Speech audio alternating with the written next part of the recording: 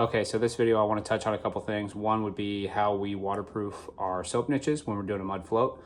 Also kind of go over the hot mop and show you why these are waterproof and why they last so long. Okay, so this is the hot mop. This is the bottom of the pan, runs about 10 inches up the wall. The bench is done. I cut away a little section out here so you can kind of see what we're talking about. It's just hot tar. See a layer of paper right there. And then they'll just coat hot tar over that. More paper, more tar, more paper, more tar. You get a nice thick waterproofing. So you see the hot mop. It's pretty bulletproof as far as the waterproofing. And really it's just the bottom 6 inches of your shower that you got to worry about. When I go to investigate a leaking shower, I've never ever looked 5-6 feet up on the wall in the corners or anything like that. I'm looking right at the drain first and I'm working my way out from there.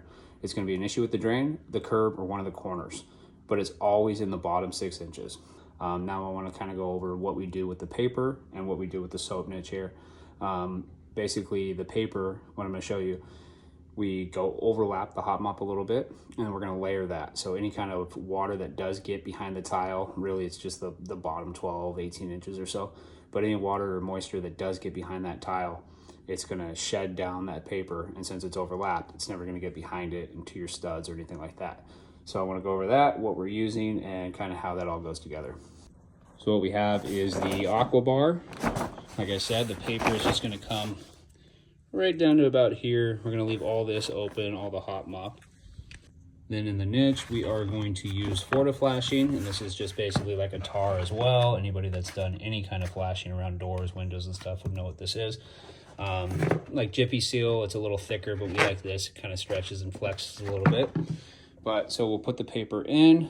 The bottom of this Forta flashing is going to come over our paper, whereas everything else is going to come up onto the studs, and then the paper is going to overlap that.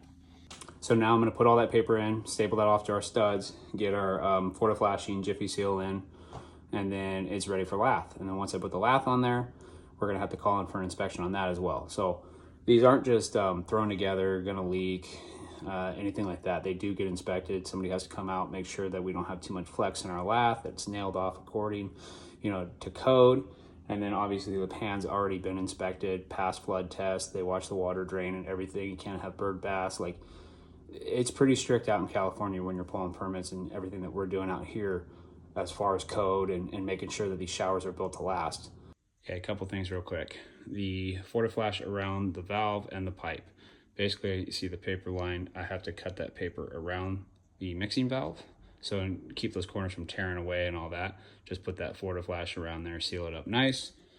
The bottom, why I hold the paper off of the bottom. Basically, once we get the deck mud in here and tile, a bunch of water is going to be hitting that. We don't want the paper all the way down buried in our deck mud or the bottom part of our wall tile, because that could wick moisture up and then you might have issues.